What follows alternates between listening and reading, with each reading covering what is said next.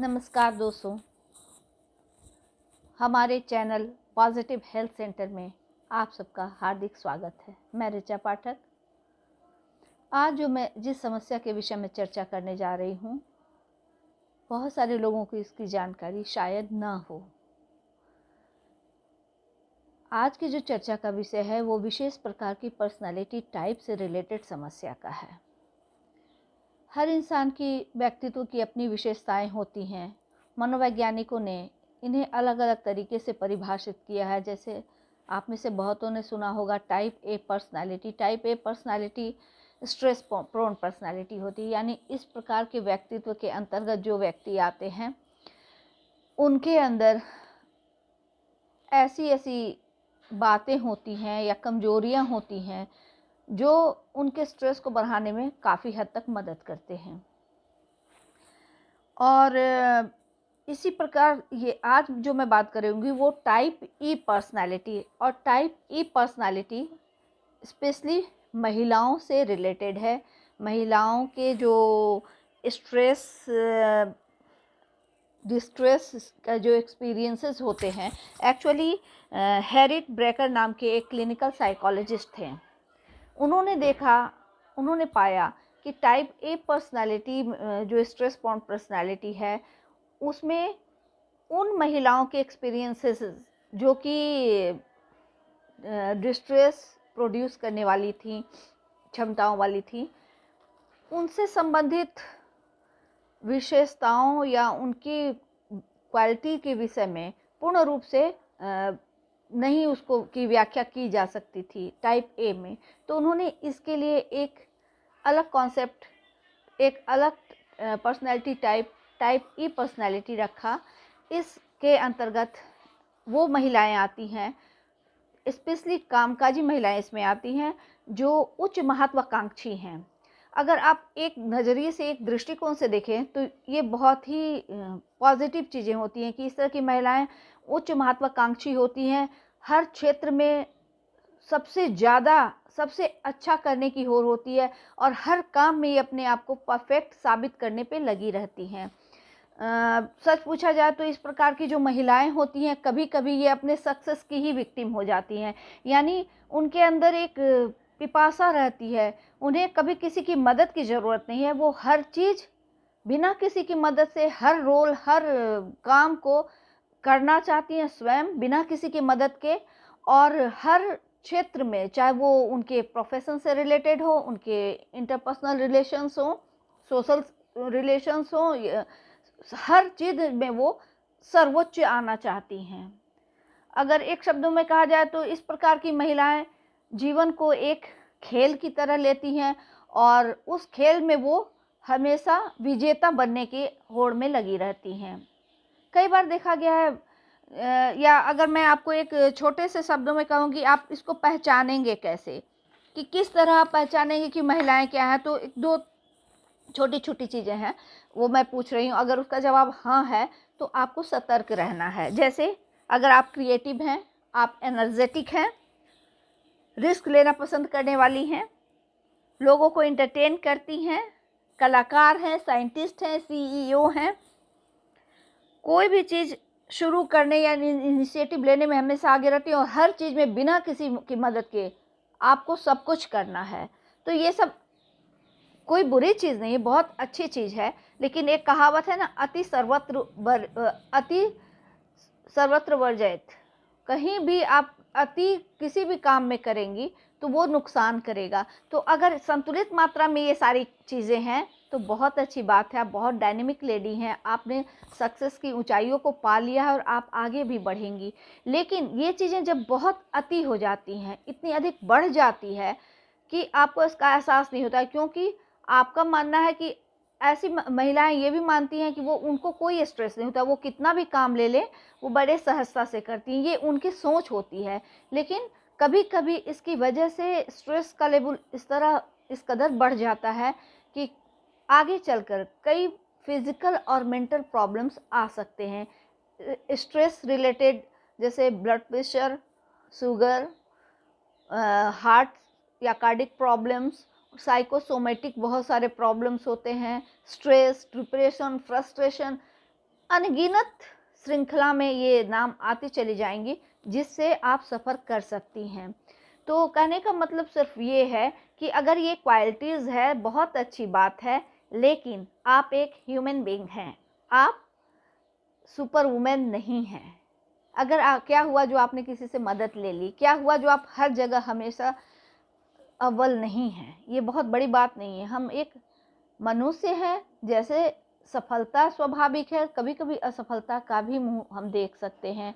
तो बहुत सारी चीज़ें होती हैं, कोई ज़रूरी नहीं है कि हम अपने प्रोफेशन में बहुत सक्सेसफुल हैं, हम हर काम को अच्छे से साबित कर रहे हैं, तो घर में भी उतना ही सक्सेस हो सकता है कि कोई एक कोना है जो मेरा कुछ कमज़ोर है, तो उसे स्वीकार करना चाहिए।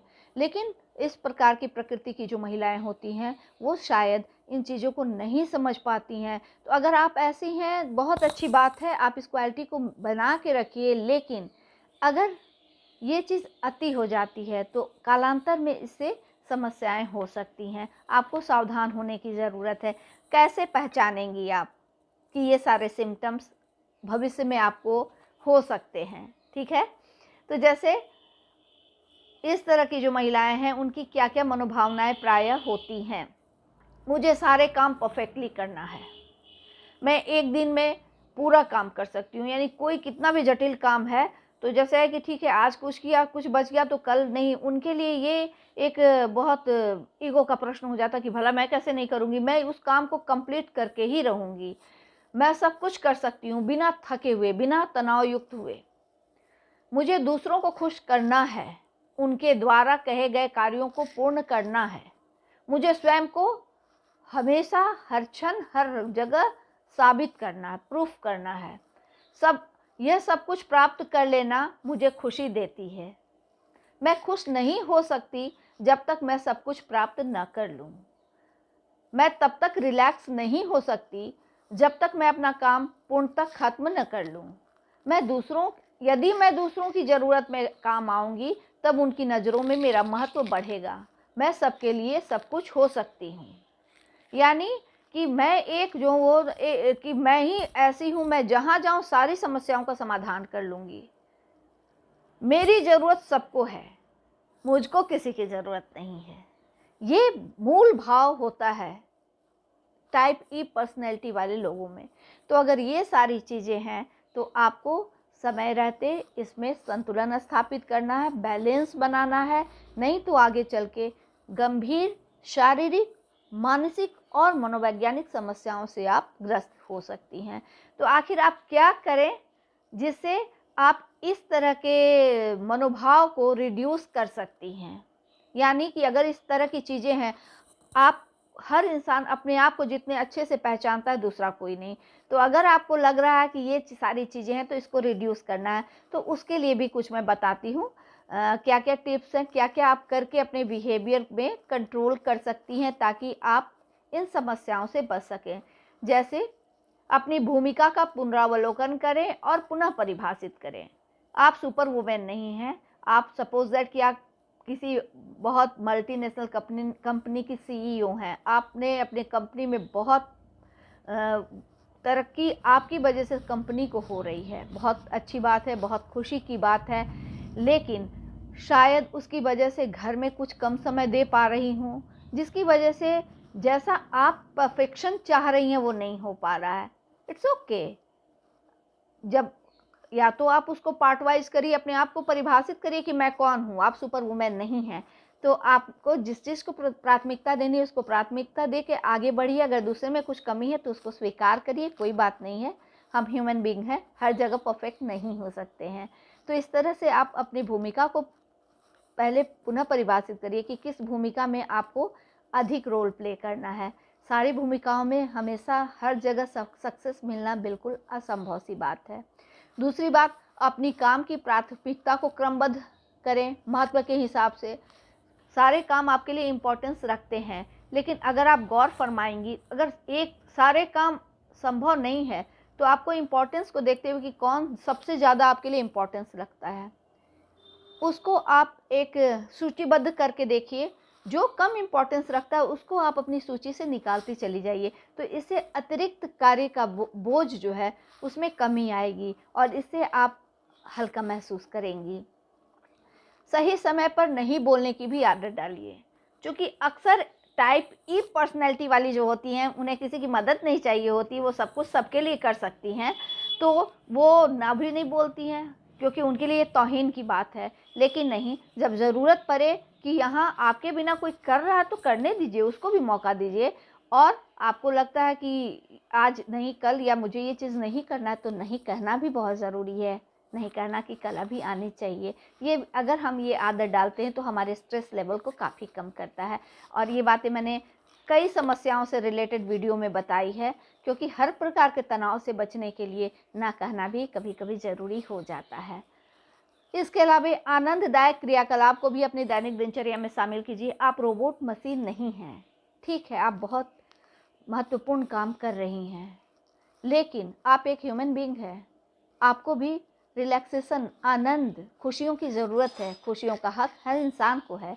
तो चाहे वो बच्चों के साथ, परिवार वालों के साथ, जहाँ भी आपको खुशी मिलती है तो अपने रूटीन में उसको, ठीक है डेली रूटीन में नहीं, वीक में एक दिन तो आप ऐसा समय निकाल सकती हैं जो आपके लिए आनंद की चीज़ हो। गाना, नाचना, लोगों से बातचीत करना, शॉपिंग जाना, हिल स्टेशन जाना, जो भी आपको लगता है कि आपको आनंद दे रहा है, तो आपको ज़रूर उसके लिए थोड़ा वक्त निकालना चाहिए। मानसिक उलझन और समस्याओं का समाधान मित्रों के साथ मिलकर व्यवहारिक और व्यक्तिगत समाधान निकालने का प्रयास करना चाहिए। कई बार बहुत सारी समस्याएं होती हैं, मित्रों का हमारी ज़िंदगी में बहुत महत्वपूर्ण स्थान होता है।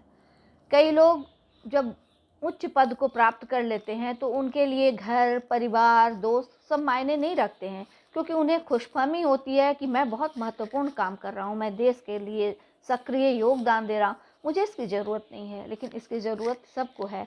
तो कोई ऐसा मित्र ज़रूर हो जिससे आप अपने दिल की बात कर रही हैं। हो सकता है वो आपका लाइफ पार्टनर भी हो, और नहीं तो कोई ना कोई तो ऐसी दोस्त होगी जिससे आप खुलकर बात कर सकती हैं। तो जो आपकी पर्सनल, आप ईश्वर तो है नहीं कि सारी समस्याओं का समाधान कर लेंगी। हाँ, हम लोग प्रयास करते हैं। तो कोई ऐसी उलझन है जिससे आपका तनाव बढ़ रहा, कोई ऐसी बात है, तो निसंकोच अपने फ्रेंड्स से डिस्कस करते हुए आप उसका समाधान कर सकती हैं। मेडिटेशन ज़रूर करना चाहिए। आप कितनी भी बिजी हैं, सुबह जितने बजे भी उठती हैं उससे आधे घंटे पहले उठ जाइए और कम से कम आधा घंटा योग और मेडिटेशन को ज़रूर दीजिए। मेडिटेशन मन को सुकून देता है और रिलैक्स करता है। इतना ही नहीं, हमारे अंदर प्रॉब्लम सॉल्विंग स्किल को विकसित करता है, डिसीजन मेकिंग पावर को बढ़ाता है। और ये सब क्वालिटी आएगी तो हम अपनी समस्याओं का और अच्छे से सफलतापूर्वक समाधान कर सकते हैं। तो मेडिटेशन के लिए भी ज़रूर वक्त निकालिए। कभी कभी रचनात्मक सेल्फ टॉक कर समस्या का समाधान किया जा सकता है। जब हम अकेले हैं, कोई नहीं है, तो अपने आप से सवाल करिए। मेडिटेशन भी क्या है, हम अपने आप को पहचानते हैं, हम अपने अंदर झांकते हैं। तो ये भी एक प्रकार से मेडिटेशन का ही एक टाइप है कि सेल्फ टॉक करते हुए आपने कहाँ क्या कमी की है, आप में क्या क्या सुधार के चांसेस हैं, और कैसे आप अपने आप को और निखार सकती हैं, अपनी खुशियों को बढ़ा सकती हैं। तो कभी कभी आपको सेल्फ टॉक के लिए भी समय निकालना चाहिए। मानसिक शांति के लिए कभी कभी छोटा वेकेशन बहुत ज़रूरी हो जाता है। अपने मनपसंद जगह में, अपने मनपसंद लोगों के साथ समय व्यतीत कीजिए, घूमिए, ज़रूर घूमिए। हम आखिर पैसे क्यों कमा रहे हैं, हम इतना सब कुछ क्यों कर रहे हैं, जब हमारे मन में ही संतोष नहीं है। तो मेंटल सेटिस्फैक्शन, लोग बहुत टाइप ई पर्सनैलिटी वाली लोगों के साथ एक बुरी बात ये होती है कि वो शायद अपने आप को सही तरीके से पहचान नहीं पाती हैं। उन्हें लगता है कि वो काम में जो साबित करके दिखा रही हैं उससे वो 100% मेंटली सेटिस्फाइड हैं। लेकिन नहीं, कहीं ना कहीं एक ऐसा कोना होता है जो डिससेटिस्फाइड होता है, जो आपके अंदर के बच्चा को जगाना चाहता है। तो जो चीज़ आपको अच्छा लगता है उसके लिए छोटा छोटा वेकेशन भी, हमेशा नहीं, कभी महीने में, 6 महीने में, साल में आपको निकालना चाहिए। ऐसा आप करके खुद एक बार 2 बार ट्राई कीजिए, आपको सवाल का जवाब खुद ही मिल जाएगा।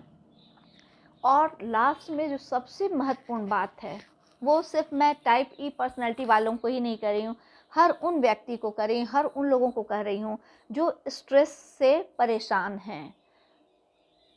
उन सब के व्यक्तित्व में एक सबसे बड़ी कमी ये है, टाइम मैनेजमेंट स्किल की कमी। आप टाइम को सही से मैनेज नहीं कर रहे हो।